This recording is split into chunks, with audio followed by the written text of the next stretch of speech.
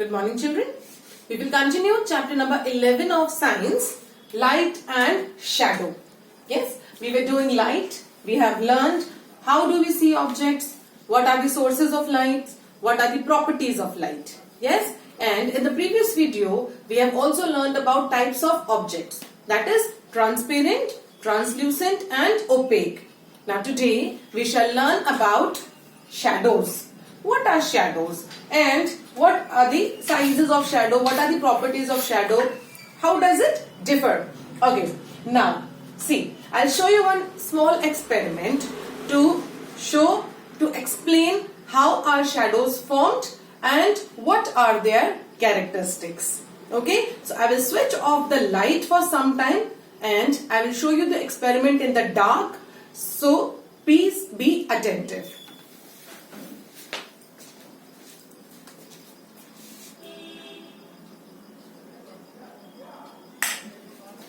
Okay.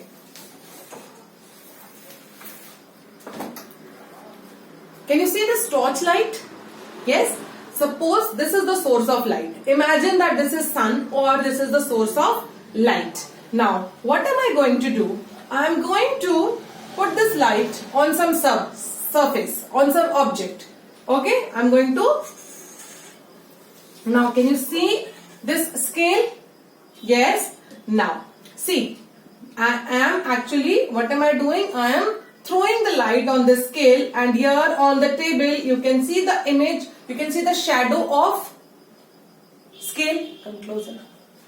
Can you see the shadow of the scale on this table? Yes? Yes. How? Because see, I am passing light through this, I am throwing light through this object. Yes? And this is actually the object on which I am throwing light. Now, wherever the light is falling and reflecting back, a shadow is formed because the light is not able to pass through this scale. And here and there you can see, in the nearby spaces you can see some light because the light is able to fall. Same thing with this. Because this duster, see, now you can see here you can see on the table the image, the shadow of the duster, because the duster is blocking the light. So that is why the light is not able to pass through the duster, because it is opaque. And yes, you can see this, the shadow, okay, because it's not able to pass. So that's why a shadow is formed. The shadow is mostly black in color, okay. It can be little light black or dark black depending upon the source of light, but it is black in color because it actually constrains the light to move that side. It blocks the light, okay. And different things form different shadow. Here you can see the shadow of the pen. Yes. Okay, now one more very important property of shadow is, if I bring the light source closer, you can see if I bring the light source closer, the shadow becomes bigger. And if I take this light source ahead, or if I move it to a distance, then the shadow will become small, okay. The closer the light source, the bigger the shadow, the further the light source, the smaller the shadow, okay.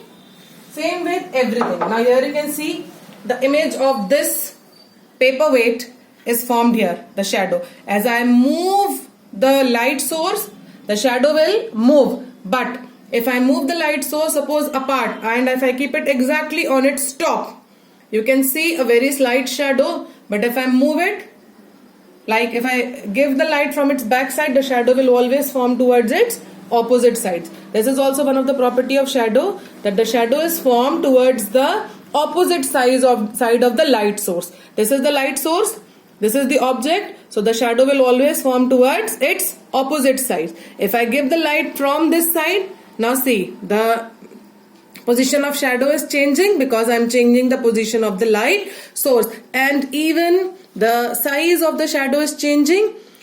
Same thing happens, suppose this is a human being, or suppose this is earth. Now suppose it's a person standing over here. Now if the sun is on the top, then the shadow will be the smallest, and sometimes there will be no shadow.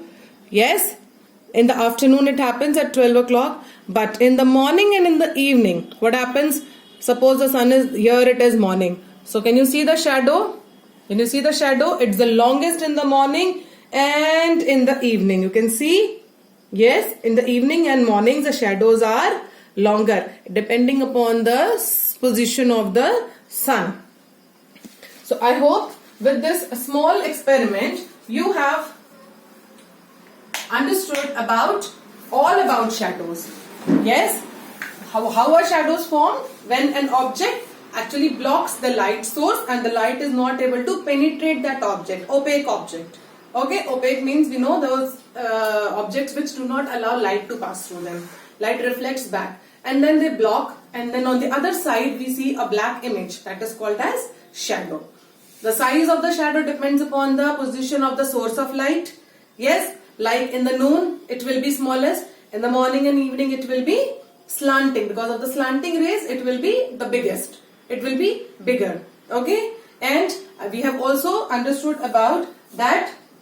See, size of the shadow we know now that it depends upon the position of the object. We have also learned about that shadows are mostly black in color because the object is blocking the light and it is not allowing any light to pass through. So this is all about shadow and size of shadows. Okay, and I have also told you that when the source of light is nearer the object, the image will be, the shadow will be bigger. But when the source of light is farther, the image will be, the shadow will be smaller. Okay, so these are small things which you should remember about shadows. In the next video, I will explain you about eclipses.